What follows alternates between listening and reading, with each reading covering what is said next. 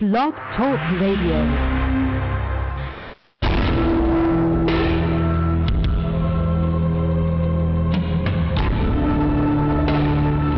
Listening to True Murder, the most shocking killers in true crime history, and the authors that have written about them. Gacy, Bundy, Dahmer, the Night Stalker, BTK. Every week, another fascinating author talking about the most shocking and infamous killers in true crime history. True Murder, with your host, journalist and author, Dan Zupansky.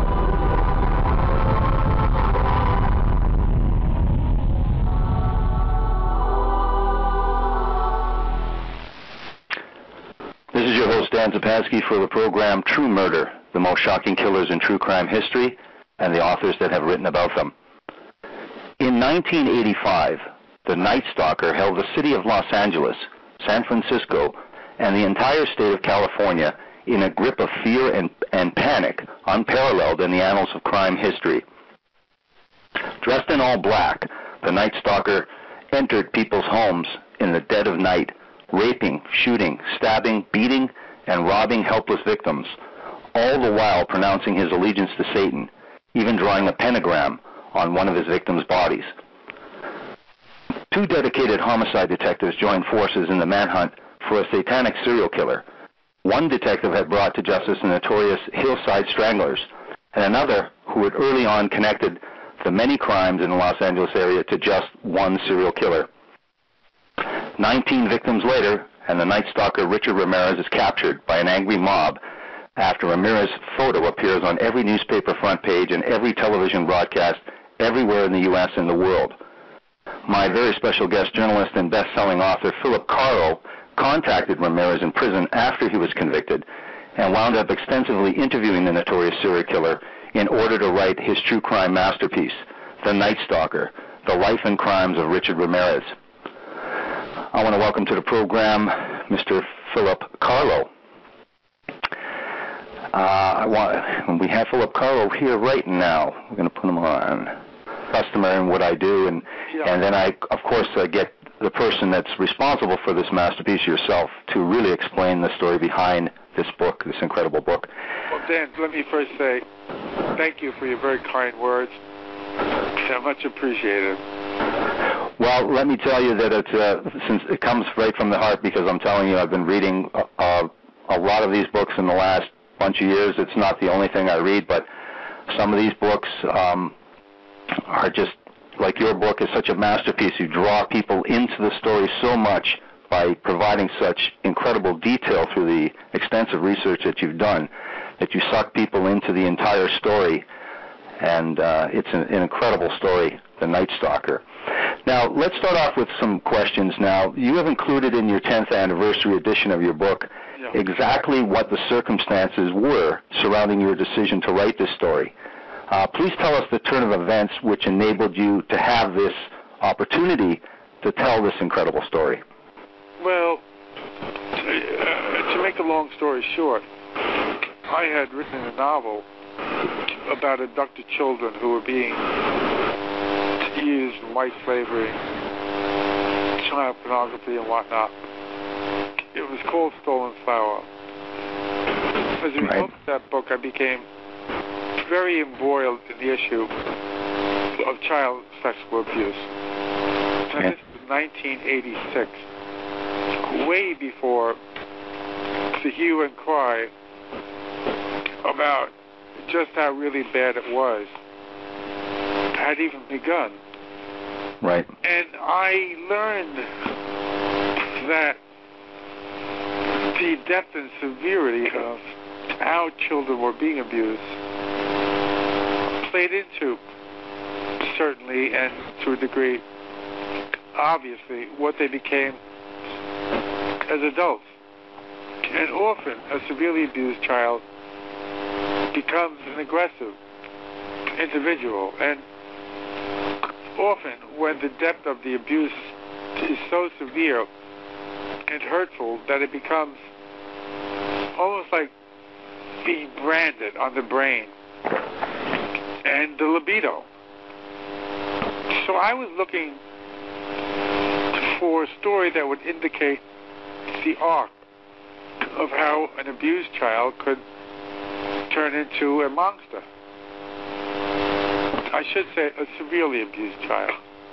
And I started writing men on death row, looking for links, trying to get a handle on the hardcore realities of those things happening.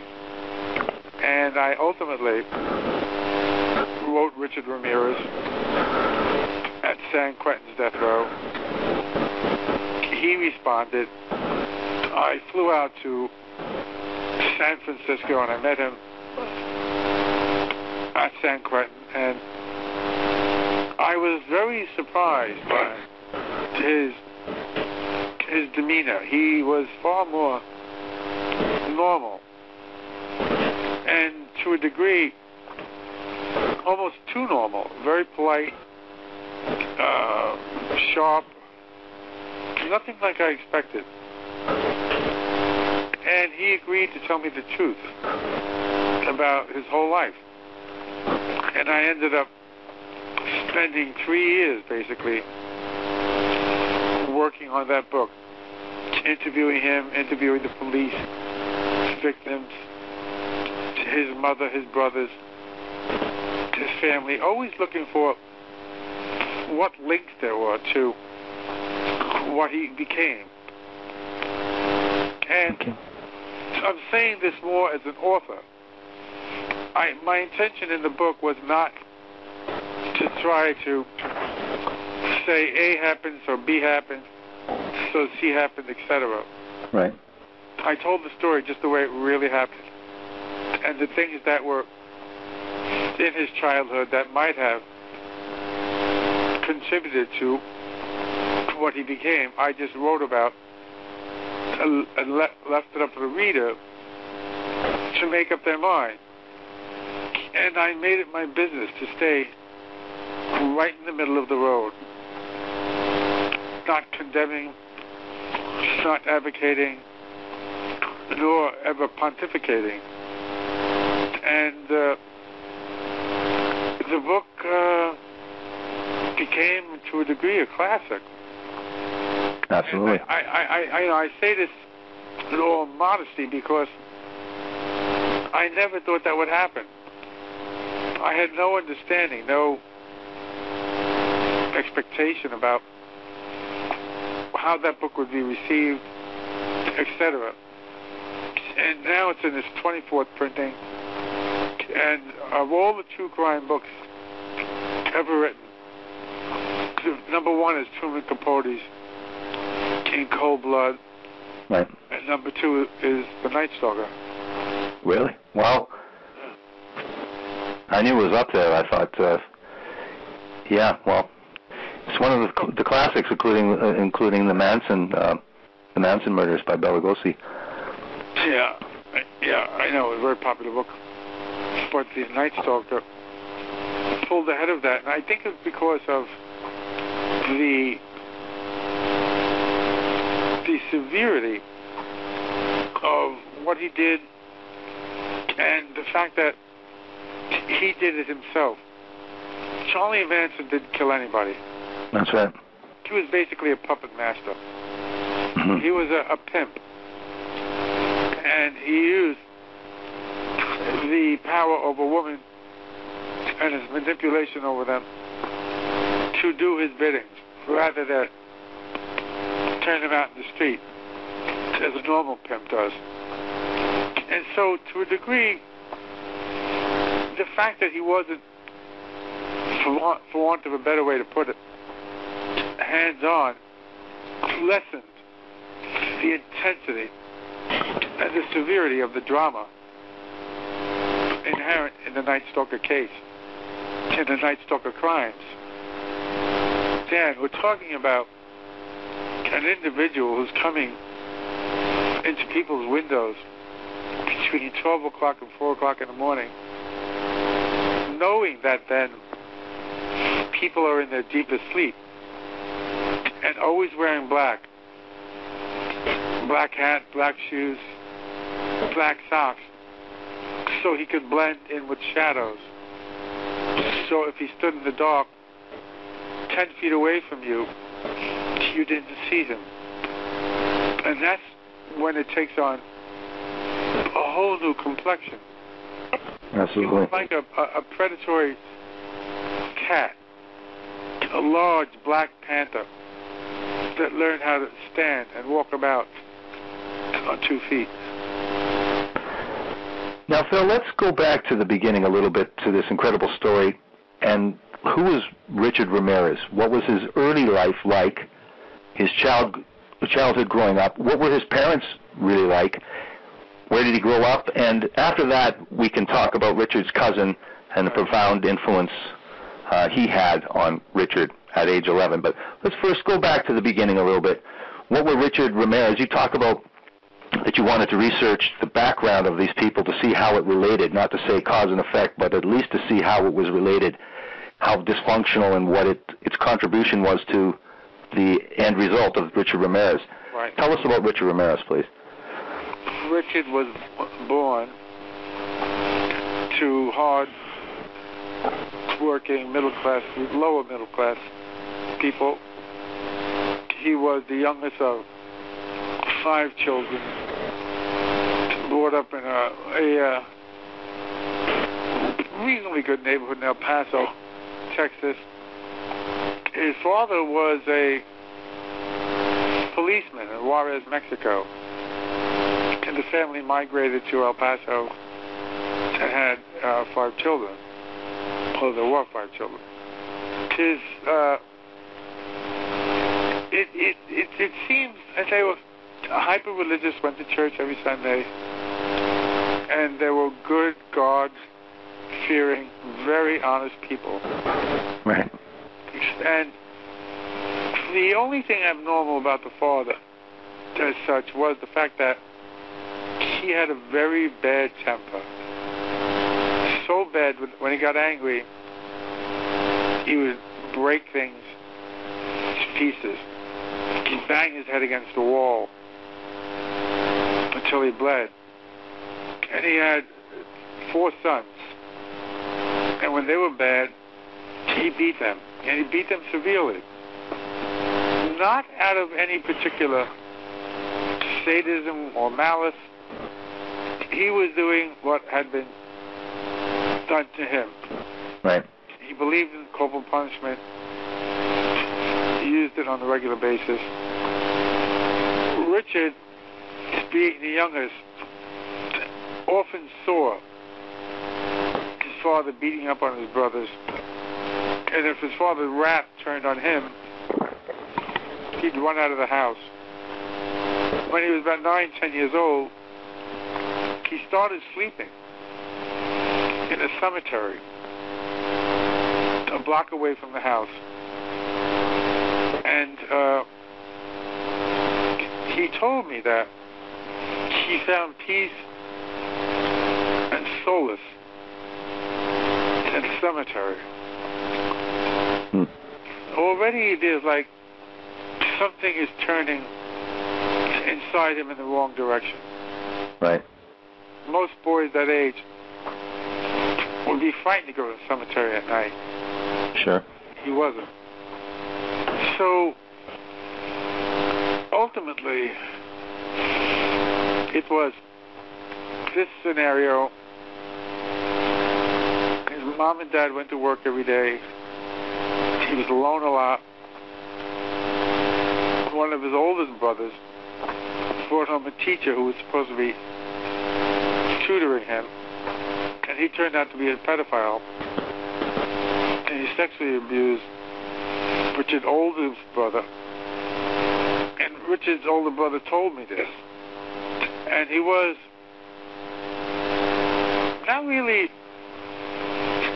admitting to anything or ashamed of it. He was telling me very matter-of-factly. I distinctly remember he said, he wanted to suck my dick, so I let him suck my dick. And I said to him, well, what was he near Richard? Did he abuse Richard? He said, I don't know. So this was kind of an interesting, a red light went off. And later I asked Richard about him, and he wouldn't admit to me what had happened. But Richard was a particularly good-looking child. He looked like a girl, beautiful actually. So knowing that, I couldn't imagine that this interaction happened. And I'm sure your listeners, some of your listeners are saying, well, so what? A lot of people are sexually abused and they don't turn into serial killers. And I'm not contending here that was remotely a contributing factor to what he became. It's just, in my mind, a kind of bump in the road. And well, it didn't help, certainly, and now we're going to segue basically into what happened when he was 11 years old, because I think that, just like you say, a lot of people say, well, they've been abused, but what happened when he was 11 years old, I've never heard happen to anyone, and it's particularly disturbing. So could you tell our audience what happened when he was 11 with his cousin Mike?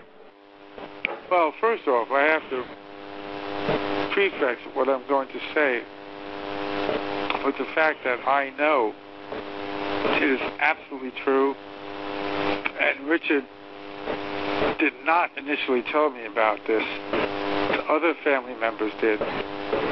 Okay. And when I asked him about it, he admitted to it. Basically, he had a cousin that joined up to fight in Vietnam. He wanted to fight. He wanted to kill people. He was that one in every 20,000 men who enjoy war, who enjoy killing. And while he was in Vietnam, he took to turning his wrath on VC women and girls. And he would capture them via different scenarios and always took them into the jungle, bound them to a tree, severely sexually abused them, and killed them. He cut off their heads, cut off their ears, he eviscerated them. He then took photographs of his handiwork. Wow. And after a time, he had this terrible collection of what he was doing to women and girls. He was also taking families, mothers with 2 daughters, killing them in front of each other. Barbaric. And he took body parts and he saved them. Wow. When he returned from Vietnam, he had a box full of photographs and years. A lot of years. Richard was about 11 at this point. And when Mike returned, there was a big party. He was greeted as a hero. Music, food, dancing. And in reality, he was a hero. He had nothing but medals on his chest. Richard was in awe, wide-eyed, admiring cousin Mike. And Mike smoked pot, didn't want to go back to work. He was filled with all these demons. And because he wasn't working, Richard started hanging out with him a lot. And they drive around his car, smoking pot, and Mike began regaling the boy with what he did in detail. And wide-eyed, his jaw hung open, Richard listened. And what his cousin was telling him had an effect. And he started thinking of these things and masturbating because of the fact that it was laced with sexuality, domination on the boss. And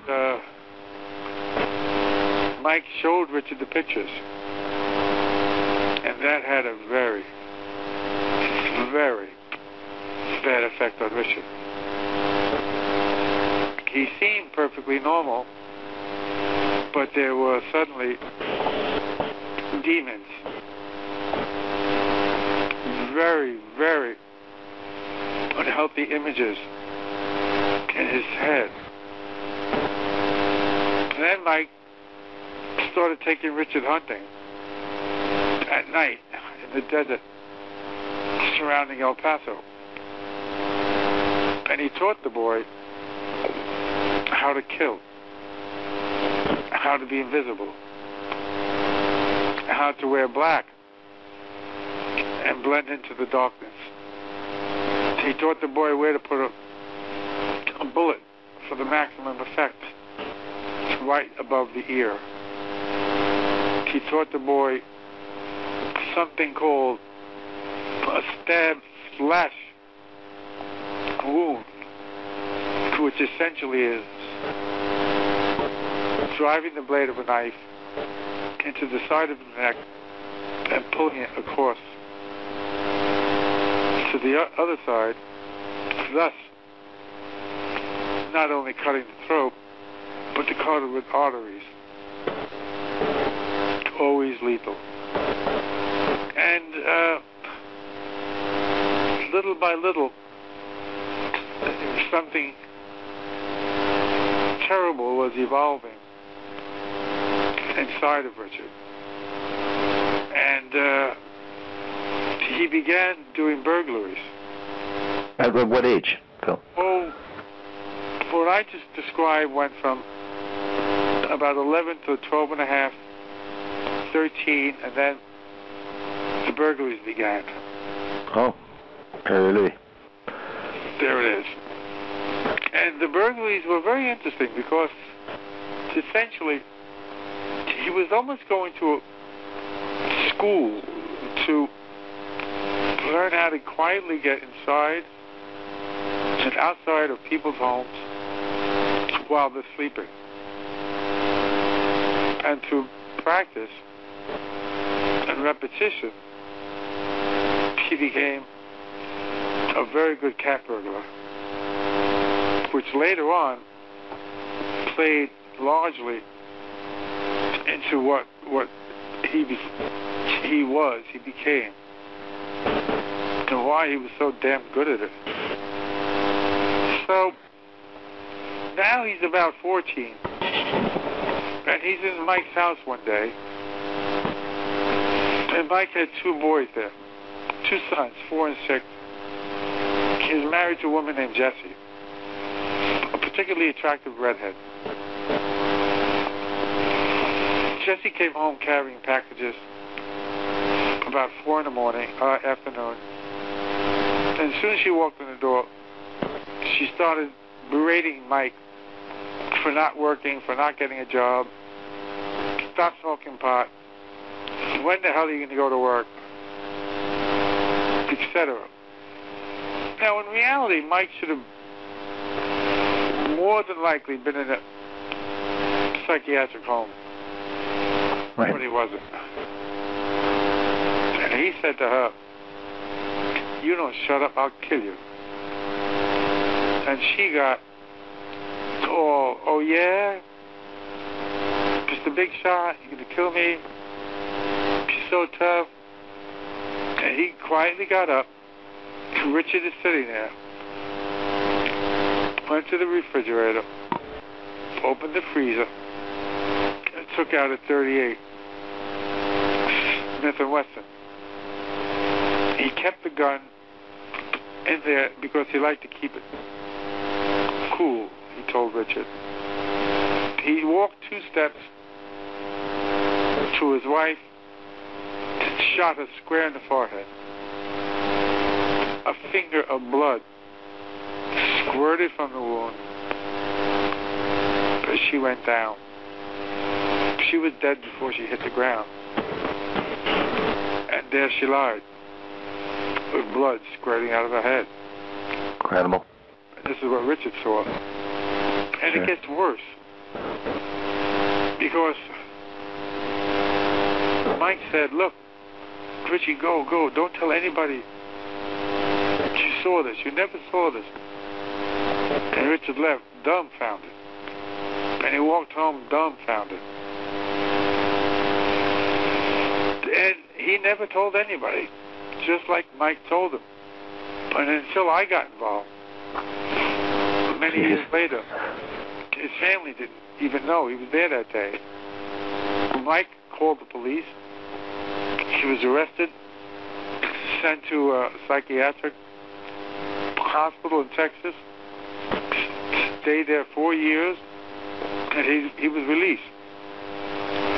And by the time he got out, Richard was 18, and Richard saw something. He saw that you can get away with murder, literally. If he didn't consciously think about it that way, it certainly affected his subconscious. You can kill, and it's okay.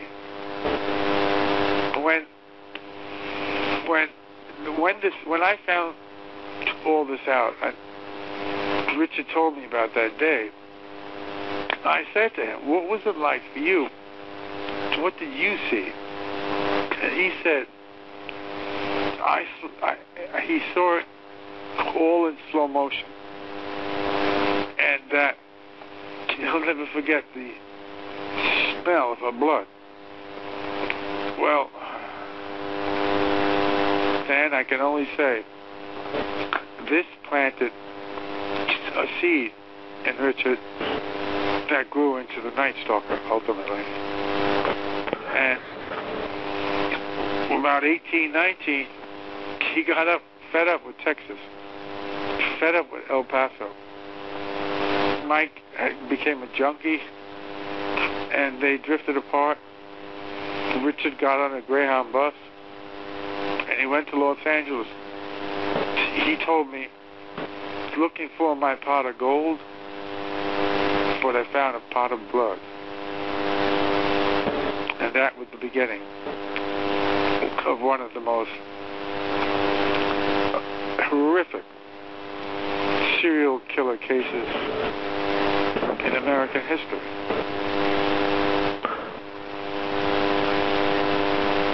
What happened with the first murder?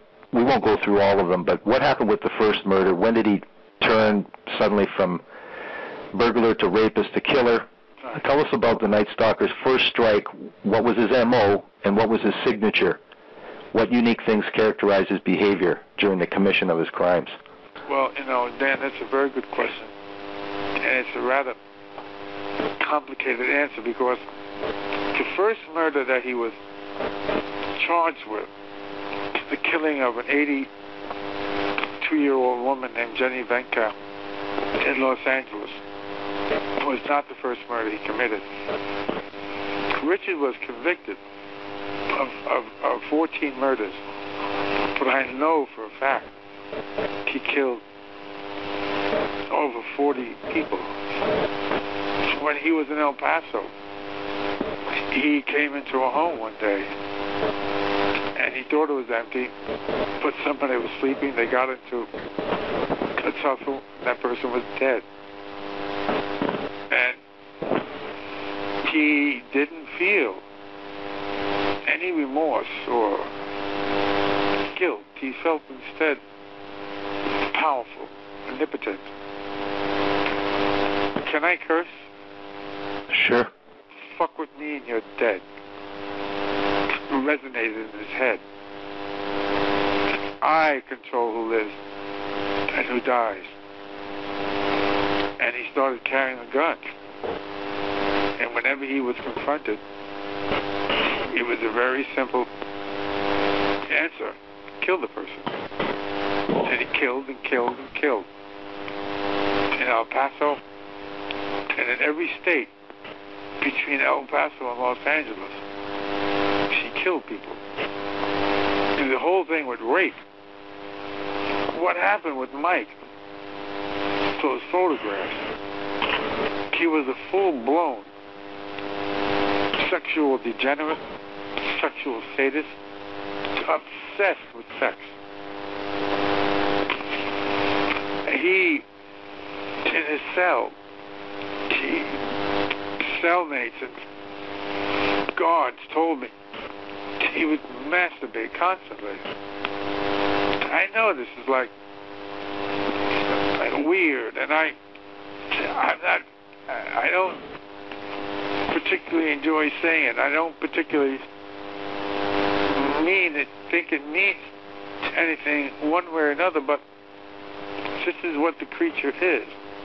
Exactly. I'm sick and tired of people talking around the truth and trying to either hang carnations on it or make it something like we see in Friday the 13th, or just gratuitous nonsense and violence. Yes. And if there was a woman there, he raped her. He tied her up, he bound her. He did exactly what his cousin taught him without needing to teach him anything. And it got worse and worse and worse. To one woman, it was the 6th incident that he was charged with. The Zazaras, lovely couple that lived in Whittier. Beautiful home. Mr. Zazara owned 4 pizza places. They were enjoying life, and he went in the back window, killed Mrs. Zazara, killed her, raped her, and he cut out her eyes. He took both her eyes out of her head. And he did it in a way that was rather telling. He used a spoon to do it. And why is that telling? Because he did it before. But we don't know about that.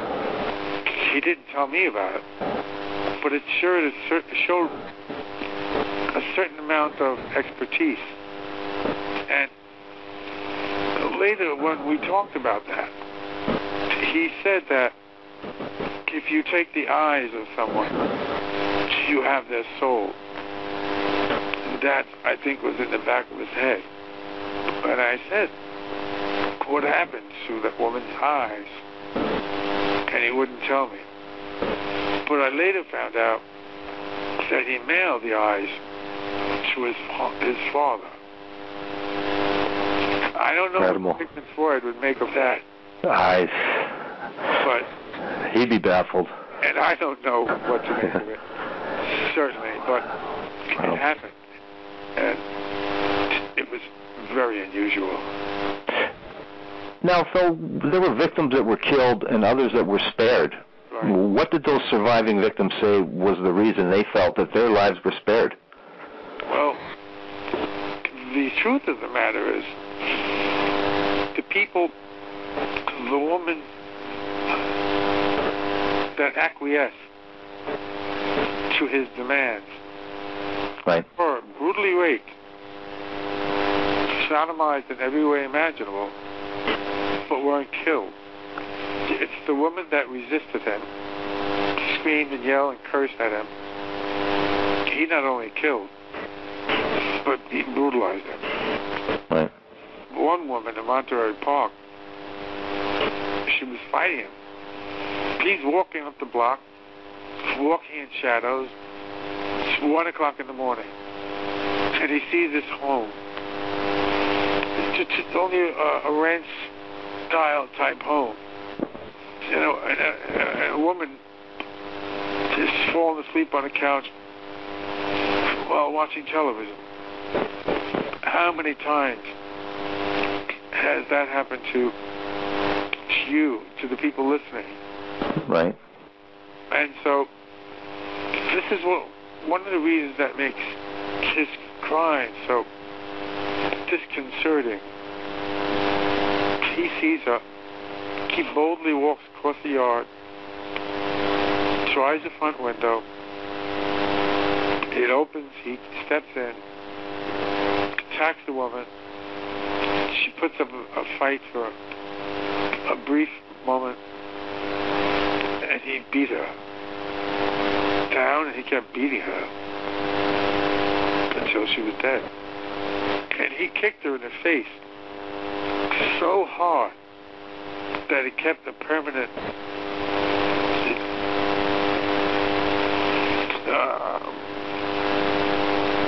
the bottom of his shoe, an avia, was stamped into her face.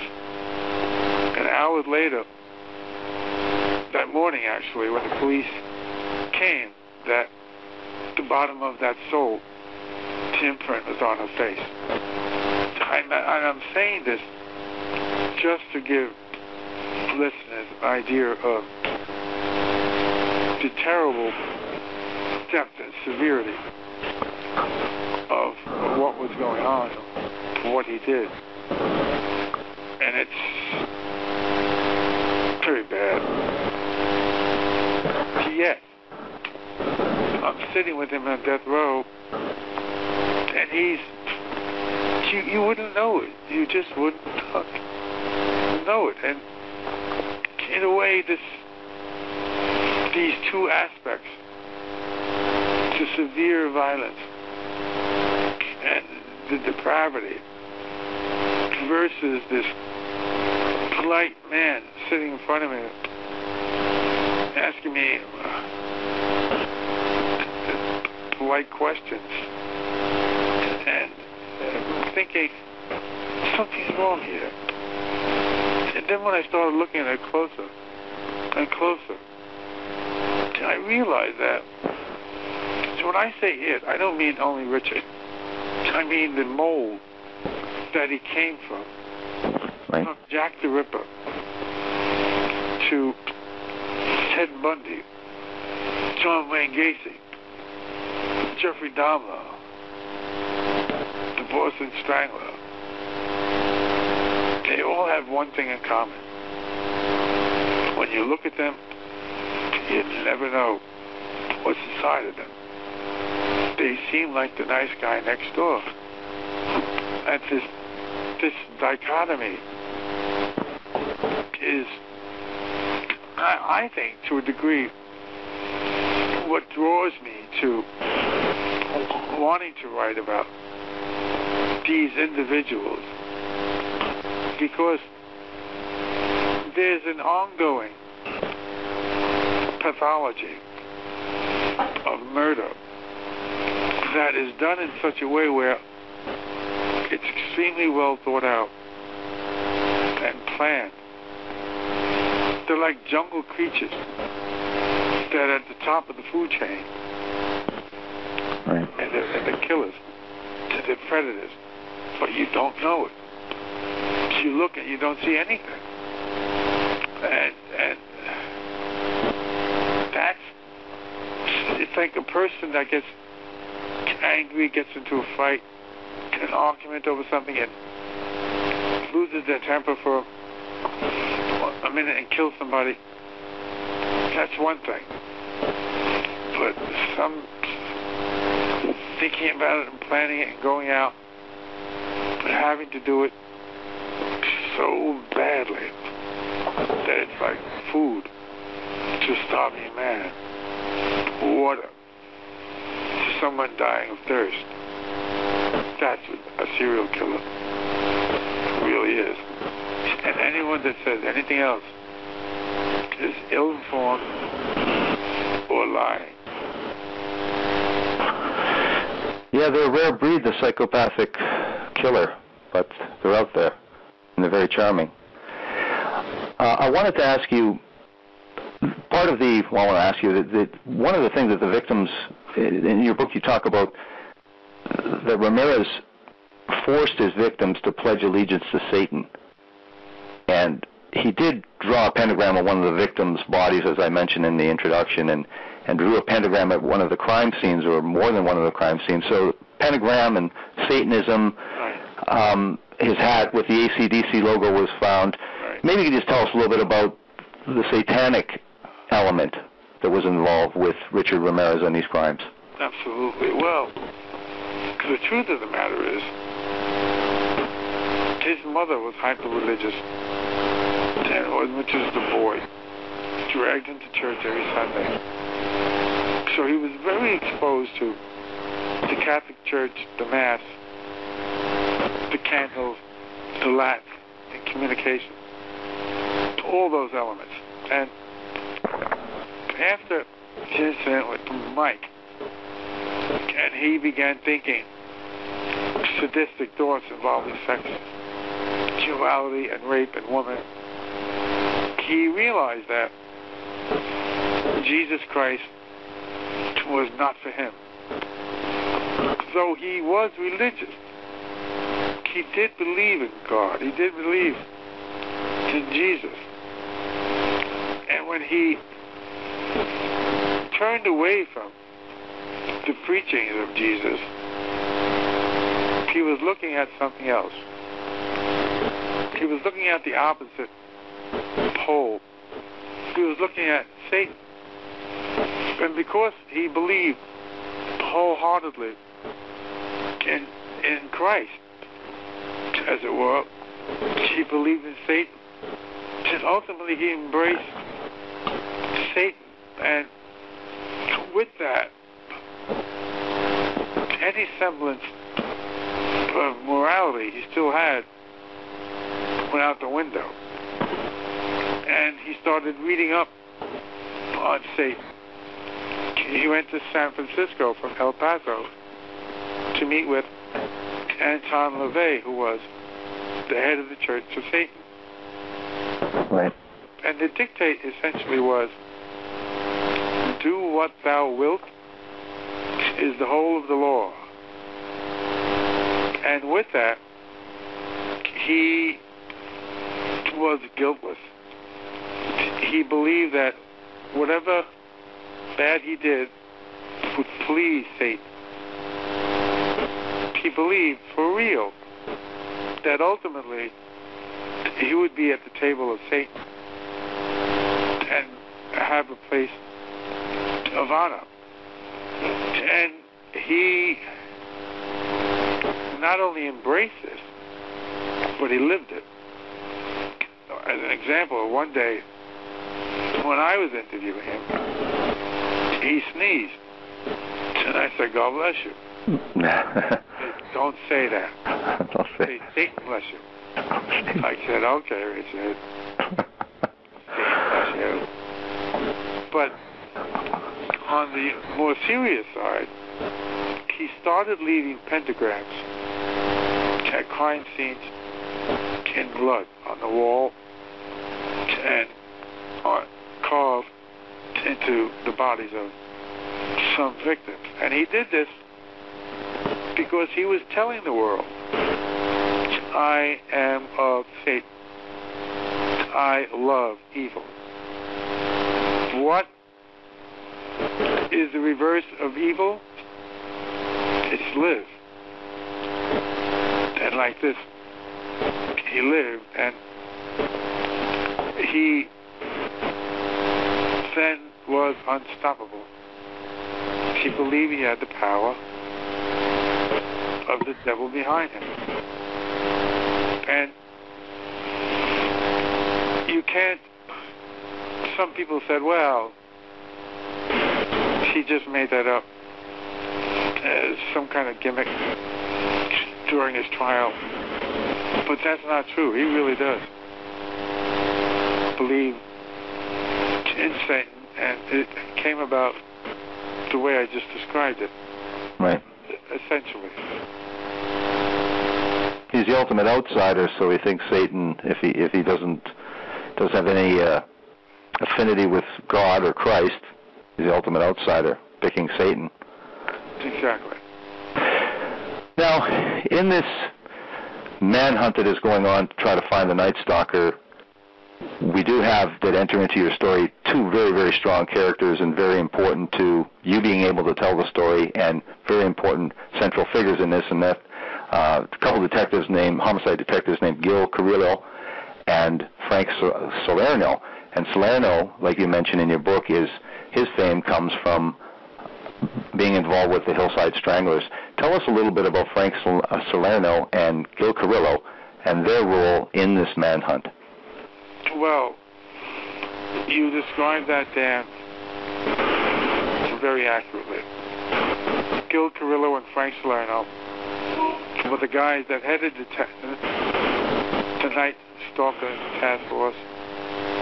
They worked tirelessly to try to solve this case, to try to stop the killings. And Frank Salerno was a legend in homicide in LA. He ran the Hillside Strangler task force, and he ran the Night Stalker task force. And ultimately, because of their dogged, plain old hard work, they ended up finding the thread that ultimately solved the case, identified Richard, and they were able to get him. But Frank Salerno is one of all the people I've met in the world, I respect him the most. He's one of the nicest people I ever met. He was very hard to get close to. Initially, he didn't want nothing to do with me. But I managed to have a lunch with him, and from there we got closer and closer. And ultimately, he brought me to his home, and I met his whole family. And he really is what made America great. He just has all the attributes. His mother had 26 brothers and sisters from a huge Italian family. Huge. And just a decent individual, as tough as a rusted nail. And Gil Carrillo was 6'6", 300-pound Mexican man, also the salt of the earth. And they would not rest until they stopped these killings, these rapes, just arbitrarily, senseless crimes. And I think it affected them both in a negative way, because it was just too much, so much, and so brutal. But I can say that both of them are retired and well, and really enjoying life. You know what I thought was fascinating in your book? You talk about close to home for these people that are living and breathing this manhunt for this vicious serial killer. Is that Gil Carrillo has to move his family out of his house because the Night Stalker is coming to a neighborhood close nearby. It's incredible how the fear in the city, how you describe the fear that paralyzed that city, and yet still the Night Stalker was getting in through windows and doing his dastardly deeds. Absolutely. It got so that gunshots, when the owners showed up in the morning, they'd find a line, a block long, people finding guns because of the stalker. Guard dogs. Every guard dog in California was sold. They had to bring more dogs in out of the state. Locksmiths were working 24 hours a day, overtime, putting in alarms and different ways to identify an intruder. And there were essentially 13 million people living in Los Angeles County. And this guy and what he did affected everybody. But fathers would not allow their daughters out. Husbands wanted their wives home early. In 101-degree weather, people were locking their windows. They were so afraid this monster would creep into their windows. And he did. Because with all this, with all these cops looking for him, with all these people with guns, it didn't stop him. He continued and continued and continued. He even went to San Francisco and committed some more murders. When it got too hot in L.A., he split and went to San Francisco and killed people there. And drew a pentagram on his victim's body in San Francisco. And that was the whole thing. It just didn't stop, and it was everywhere. He used the LA freeway system to do this. You could go from one city to another, back and forth, up and down. And he did. He'd go north, then he'd go south. Then he'd go east, then he'd go west. And if you look on the map and see the pattern, there was no pattern. It was all over the place. Yeah. He wrought havoc wherever he went. But then, finally, how exactly did they get word of who this was? Tell us who the hero or the unlikely hero is in basically notifying the police and giving them a name. Well, again, long story short, he went further than he normally, the areas he normally hit. He went to Sierra Madre, and he broke into a home, attacked a couple, raped a woman, told her, "Tell me you love Satan, swear on Satan." And he did really say that to her, and of course she had to say it. And he raped. As he was leaving, a young boy that was up late because he got a new bicycle, and he was in the garage shining his bike, looked up, and Richard drove by. And at that point, there were sketches on the front page of every paper about what the Night Stalker looked like. And the boy thought, a 14-year-old boy, that's the stalker. And he had the wherewithal to run out in the street and get the plate number. Wow. Went back to the garage, wrote it on the wall. I kind of forgot about it. Until later that morning, there were police everywhere. And the word went up and down all around the neighborhood like jungle drums. The stalker struck. And the boy told his father. His father told the cop. They got the license plate. And so they knew now the car he was driving.